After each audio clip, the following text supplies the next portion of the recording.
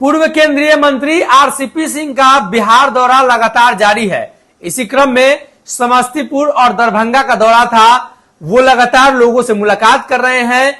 मुजफ्फरपुर के आसपास के क्षेत्र में आरसीपी सिंह भ्रमण कर रहे हैं। हालांकि चुनावी क्षेत्र कुरन्नी में उनका दौरा नहीं हुआ। शायद उससे चुनाव प्रभावित हो या आरसीपी सिंह नहीं चाहते हो कि बिना गठबंधन या बिना किसी बातचीत के वो किसी भी चुनाव में किसी को समर्थन दे दे। लेकिन आरसीपी सिंह लगातार लोगों के साथ मुलाकात कर इस बात पर मुहर लगाएंगे कि आखिर उनकी पार्टी बनेगी और कब बनेगी, किस परिस्थिति में बनेगी, गठबंधन का स्वरूप क्या होगा। इसी बीच खबर निकलकर सामने आ रही है कि जनता दल यूनाइटेड के कई सांसद आरसीपी सिंह के संपर्क में हैं और ये सांसद 2024 की तैयारी में अभी से ही लग चुके हैं। खासतौर पे उन सांसदों पर आरसीपी सिंह का निशाना है जहां से राष्ट्रीय जनता दल संसदीय चुनाव क्षेत्र में उतरने वाली है। यानी राजद और जदयू का जो सीट बंटवारे में जिन जिन सीटों पर पेच फंसने की संभावना है, उन सीटों पर आरसीपी सिंह पहले ही दावेदारी ठोक दे रहे हैं।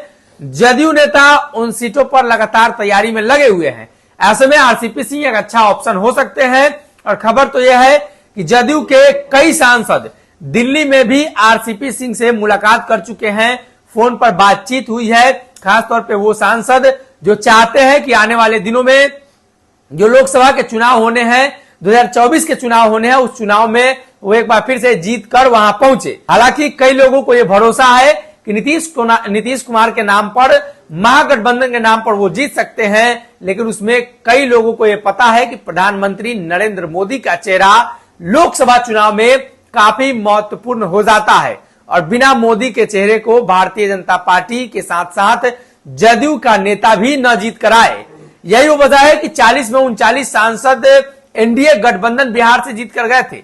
सीमांचल किशनगंज को छोड़ दे तो बिहार के सभी सीट पर राजद का सुपड़ा साफ हो गया था। राष्ट्रीय जनता दल टक्कर में भी नहीं थी और यही वो बातें हैं जो आरसीपी सिंह जानते हैं और इसको लेकर लगातार बिहार में वो घूम रहे हैं।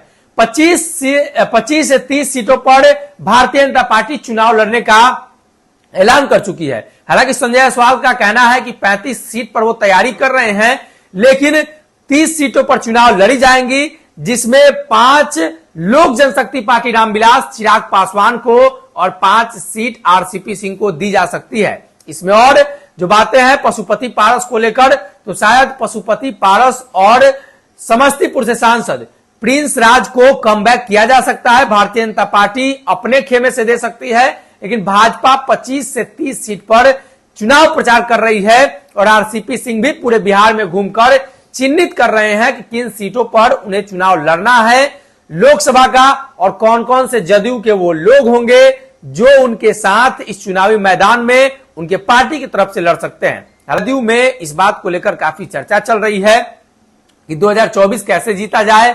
अगर नीतीश कुमार इस उपचुनाव को हार जाते हैं तो 24 के पहले ही जदयू में बड़ी भगदड़ और कई सांसद जनता दल यूनाइटेड को छोड़कर हो सकता है आरसीपी सिंह के साथ आ जाए या भारतीय जनता पार्टी के खेमे में आ जाए।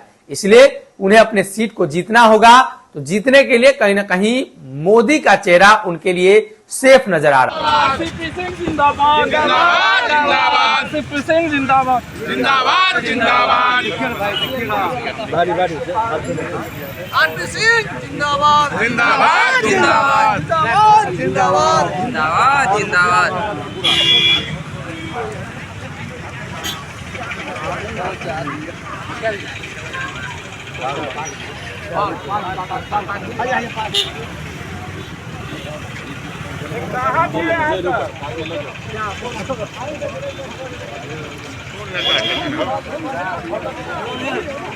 केंद्रीय मंत्री अरे आई यहाँ के कोर्ट का गेट पर सारा लोग